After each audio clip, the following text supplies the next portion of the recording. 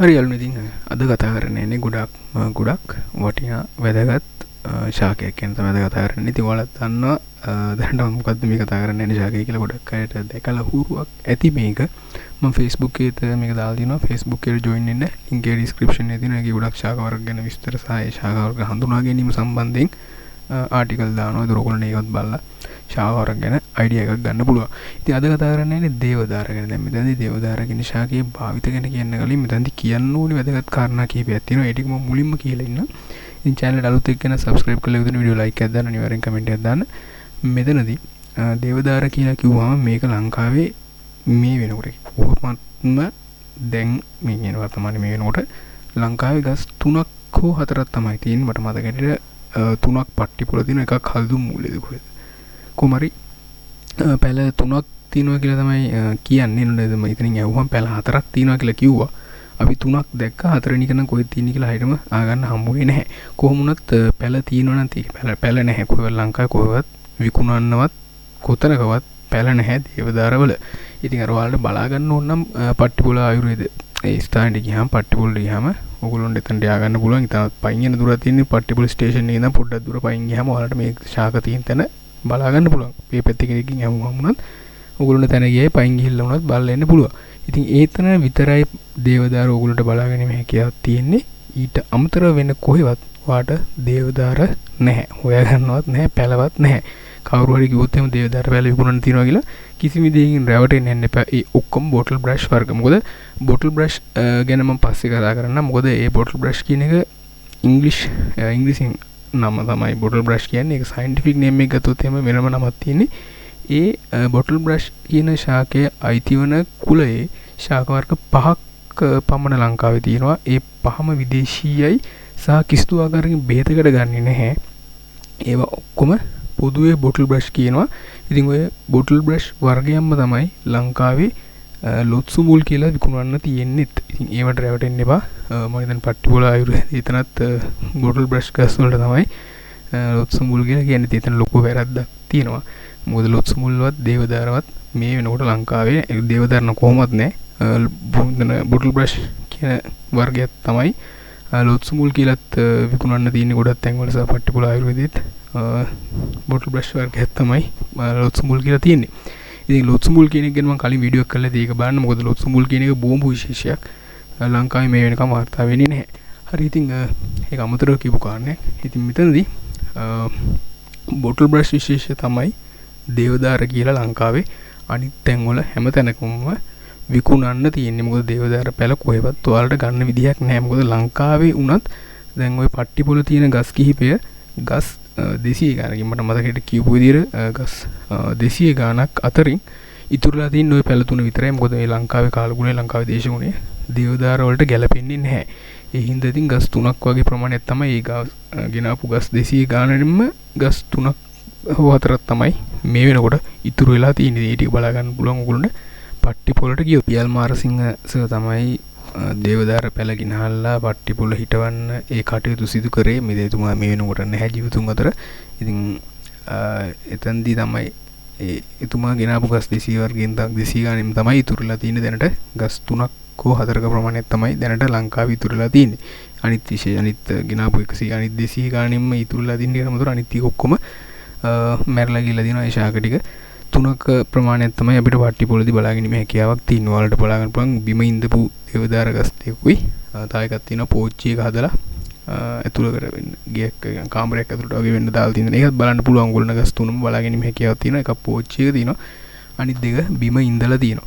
ඉතින් උතන විතරයි දේවදාර තියෙන්නේ. වෙන කොහෙවත් දේවදාර නැහැ. වෙන කට්ටිය දේවදාර කියලා මොනවා හරි විකුණනවා නම් ඒ කිසි දෙයක් දේවදාර නෙවෙයි. තව එකක් ඔයාලට මතක් කරගන්න ඕනේ. මේක මට අලුතින් සෙට් වෙච්ච එකක්. දේවදාර කියලා පයිනස් වර්ගයක් විකුණනවා මේ වෙනකොට වෙළඳපොලේ. දේවදාර ශාකයේ කොළ වලට තරමක් දුරට සමානයි. ඒකත් ඒ කියන්නේ දේවදාර වලට ආදේශකයක්වත් එහෙම කිසිම ශාකයක් නෙවෙයි. ඒක පයිනස් සිස්ටම්. මොකද දේවදාර කියන එකත් පයිනස් කුලයේ යන ශාකයක්. ෆැමිලි එක පයිනස් කුලයේ තමයි යන්නේ. දේවදාරත් කුලයේ නෙවෙයි. ෆැමිලි එක පයිනස් ඒ සෙට් එකේ යන එකත් තමයි දේවදාර කියන එකත්. හැබැයි එහෙමයි කියලා පයිනස් වර්ග දේවදාර වලට ආදේශක විදිහට පාවිච්චි කිරීමේ හැකියාවක් කොහෙත්ම නැහැ. ඔය සමහර තැන්වල කියනවා හබූෂ කියලා කියන වර්ගයක්. මම හබූෂ ගැනත් වීඩියෝ එකක් දාලා තියෙයි. ඒක බලන්න. ඕනනම් මම තව වීඩියෝ එකක් ඒ ගැන ඉස්සරහට කරන්නම්. අබූෂ කියන එක දේවදාරුන්ට පාවිච්චි කරන්න පුළුවන් කියලා කතාවක් තියෙනවා. හැබැයි මේ වෙනකොට පයිනස් විශේෂයක් තියෙනවා දේවදාර වලට තරමක් දුරට සමානයි. හැබැයි ඒ ශාකේ ලොකු වෙද්දි කොළවල වෙනස්කම් වෙනවා සහ ගෙඩි වල වෙනස්කම් තියෙනවා. ඉතින් මම ඒක සයන්ටිෆික් නේම එක හොයලා පුළුවන් වුණොත් දාන්නම්. ඔයාලා පොඩ්ඩක් සැලකිලිමෙන් වෙන්න. ඔයාලා මේක මතක තියාගන්න ඕනේ දේවදාර කියලා විකුණන වෙළඳ පොලේ දේවදාර කියලා විකුණන කිසිම ශාකයක් දේවදාර හෝ දේවදාර වෙනුවට පාවිච්චි කරන්න පුළුවන් එකක් නෙවෙයි. ඒක උන්තර මත තියාගන්න. ඉතින් රැවටෙන්න එපා. ඔන්න ලස්සනට ගෙනල්ලා හදා ගන්න පුළුවන්. කිසි විදිහකින් දේවදාර පැල හෝ ඊට ආදර්ශක විදිහට පාවිච්චි කරන්න පුළුවන් ශාකයක් ලංකාවේ නැහැ. ඒ විකුණන හැම එකම බොරු. ඒවට රැවටෙන්න එපා.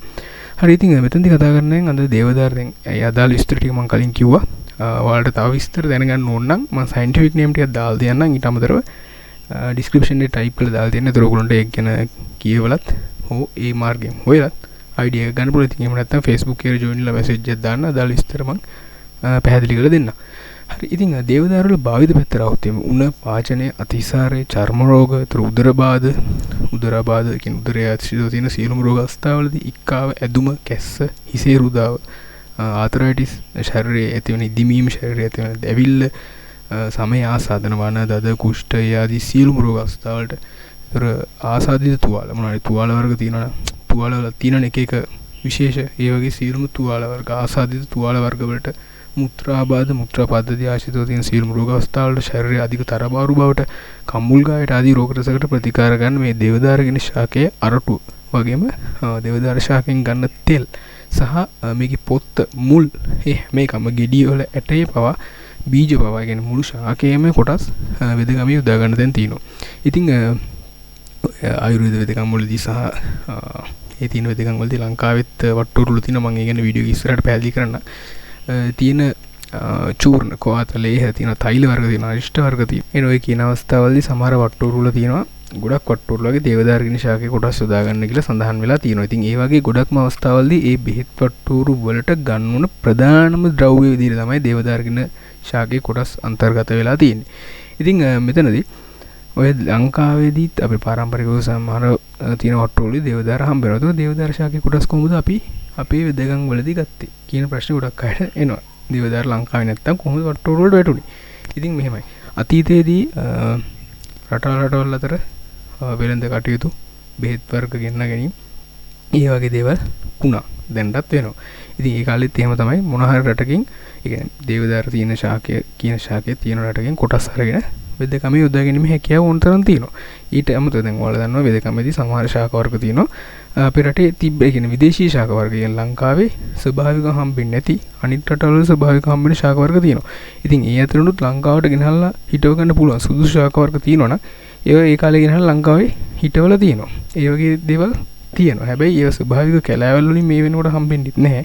ඔය මිනිස්සු ඉන්න තැන් ඒ වගේ තැන් වලින් තමයි ඒ වගේ ශාක හම්බෙන්නේ. ජනාවාස තියෙන ආශ්‍රිතව ඒ වගේ තියෙන පැති වලින් තමයි ඒව හම්බෙන්නේ. ඒකට ඒ වගේ ශාක දේශීය ශාක වෙන්නෙත් නැහැ. ඒවෙත් තියෙන වෙන වෙනම කොටස් වලට බෙදලා ගියේ ඒව ගැන අපි ඉස්සරහට කතා කරමු. ඒව ගැන කතා කරන්න කිව්වොත් එහෙම වීඩියෝ ගොඩක් දික් වෙනවා. මොකද ඒව ගැන කතා කරන්නේ ඉතින් මෙතනදී ශාක වර්ගයක් දේශීයද විදේශීයද ආවේනිකද කියලා හඳුනා ගන්න එකෙත් ගොඩක් ලොකු පරාසයක් තියෙනවා කතා කරන්න. අපි ඒව ගැන ඉස්සරහට කතා කරමු. ඉතින් මෙතනදී දේවදාර කියන ශාකයේ කොටස් අතීතයේ වුණත් අපේ වෙදකම් වලදී තිබ්බනම් වට්ටෝරුළු තියෙනවනම් වෙන රටවල තියෙන දේවදාර තියෙන විශේෂයෙන් ඉන්දියාවේ තමයි ගොඩක්ම හම්බෙන්නේ. අනිත් රටවල තියෙනවා. සමහර රටවල තියෙනවා. ඉතින් ළඟම තියෙන ඉන්දියාවෙන් කොටස් ශාක කොටස් අරගෙන වෙදකමේදී යොදාගත්ත තැන් තියෙනවා. මේ වෙනකොටත් ඉන්දියාවෙන් කෙලින්ම බඩු ගෙන වෛද්‍ය බෙහෙත් වර්ග කෙලින් බෙහෙත් අමුද්‍රව්‍ය වගේව ඉන්දියාවෙන් කෙලින්ම ගෙන්නන තැනකින් ඔයාලට දේවදාර ශාකයේ කොටස් අරගෙන බෙහෙත් වලට යොදා ගැනීමේ හැකියාවකුත් තියෙනවා. හැබැයි රැවටෙන්න එපා. හැමතැනම දේවදාර කියලා විකුණන තැන් බඩු තියෙනවා නම් ඒවත් يعني ඖෂධීය කොටස් හැමතැනකින්ම වගේ තියෙනවා නම් එතන පොඩි ප්‍රශ්නයක් තියෙනවා. මොකද ඉන්දියාවෙන් කෙලින්ම ගේන තැනකින් ඔයාලට ගන්න පුළුවන්කම තියෙනවා නම් හරිම දේවදාර ශාකයේ කොටස් බෙහෙත් වලට යොදා ගැනීමේ හැකියාවක් තියෙනවා. එහෙම නැත්නම් අනිත් ඒවා පොඩි සැක කටයුතු තියෙනවා. ඉතින් මොකද දේවදාර කියලා මේ බොටල් බ්‍රෂ් එකේ කොටස් ඕන තරම් වෙළඳ පොළට මේ වෙනකොට එන වෙලාවල් තියෙනවා. හරිද? ඉතින් මෙතනදී ශ්වසන රෝග වලට කියන්නේ සාමාන්‍යයෙන් උදෑසන කාලයකදී දේවදාර ගහක් යට වාඩිලා හිටියම සියලුම ශ්වසන රෝග වලට හොඳයි කියලා තියෙනවා. ඉතින් එහෙම කියලා ලංකාවේ තියෙන බොටල් බ්‍රෂ් එකකට ඉඳගෙන යන්න එපා. පට්ටිපොළ තියෙන ගස් තුනත් මේ අවුරුදු 18කට වැඩි මීටර් දෙකක්වත් උස නැහැ. අඩුම තරම මීටර එකමාරක්වත් උස නැහැ. ඒ කියන්නේ ලංකාවේ තියෙන මේ දේශගුණ කියන්නේ පට්ටිපොළ හරියේ තියෙන දේශගුණ තත්ත්වය වුණත් දේවදාර ගහට නිවැරදිව වර්ධනය වෙන්න කියන ඒකට ගැළපෙන විදිහට පරිසරයේ නැහැ ලංකාවේ ඇතුළත. ඉතින් ඒකයි මේ ශාකෙත් වර්ධනය බාල වෙලා තින්නේ. මේ ශාකේ හැදෙන්න අවුරුදු 15000ක් 20000ක් යනවා. මේකේ ගෙඩියෙන් අවුරුදු 500ක් 600ක් යනවා. ඒක බොරු. මොකද මේක තියෙන රටවල් වලදී මේ ගහ ඉක්මනින් වර්ධනය වෙනවා, ගෙඩි ඉක්මනින් හැදෙනවා. ඉතින් අවුරුදු 15000ක් 20000ක් යනවා නම් දේවදාර ශාකයේ ඇට මුල් ගෙඩි පොතු ඒවා බෙහෙත් වලට ගන්න විදියක් නෑ නේ. ඒක සාමාන්‍ය දැනීම තියෙන කෙනෙක්ට තේරෙනවා. ඉතින් ලංකාවේ දේශගුණයේ මේ ශාකයට ඔරොත්තු දෙන්නේ නැති හින්දා ගැලපෙන්නේ නැති හින්දා තමයි ලංකාවේ ඇතුලේ තියෙන ගස් තුනත් වර්ධනයේ සෙමින් කියන වර්ධනයේ බාල වෙලා තියෙන්නේ. ඒ හේතුව මත මේක තියෙන අනිත් රටවල මේ ශාකයට ගැලපෙන වාතාවරණය පරිසර තත්ත්වය ඔක්කොම තියෙන රටවල මේ ශාකය ඉතාමත් හොඳින් වර්ධනය වෙන අවස්ථා ඕන තරම් තියෙනවා. ඔය වෙලා බලන්න. ඔය නිකන් බොරු වලට රැවටෙන්න එපා. ඉතින් දේවදාර ලීයෙන් සාමාන්‍යව රෙසින් වර්ග, පොලිෂ් වර්ග, සුවඳ සබන්, සෙන්ට් වර්ග ඒ වගේ ගොඩක් දේවල් හදනවා මේ ශාකයේ තියෙන රටවල් වල. ඉතින් විශේෂයෙන් ඉන්දියාවෙන් තමයි ওই ගොඩක් දේවල් හදලා ලෝකෙ පුරාම යවන්නේ. ඉතින් ওই විස්තර ටික තමයි දේවදාර ගැන අපිට කතා කරන්න තියෙන්නේ. අනිත් කිව්වම ඒකවල දේවදාර ගැන ඔයගොල්ලෝ දන්නවා දැන්. දේවදාර කියලා විකුණන්න තියෙන කිසිම ශාකයක් දේවදාර නෙවෙයි. ඒවට රැවටෙන්නත් එපා. අර මං කලින් කිව්වා ෆයිනස් වර්ගයක් තියෙනවා දේවදාර ගහට තාමත් ළඟින් යන ශාකයේ වර්ධනීය විද්‍ය ඔයගොල්ලන්ට ඒක වෙනස අඳුර ගන්න පුළුවන් හැකියාව තියෙනවා. ඉතින් එහෙමයි කියලා ඒවට රැවටෙන්නත් එපා. මොකද දේවදාර ගස් සෝ දේවදාර පැල ඔයාලට ලංකාව ඇතුලේ කොහින්වත් මිලදී ගැනීමේ හැකියාවක් නැහැ. හරි. ඉතින් ඔය විස්තර ටික තමයි අපිට දේවදාර ගැන කතා කරන්න තියෙන්නේ. වීඩියෝ ලයික් එකක් දාන්න, අදහස් අනිවාර්යෙන් පල්ලෙන් කමෙන්ට් එකක් දාන්න. පික්මනේ මේ අලුත් වීඩියෝ එකකින් හම්බ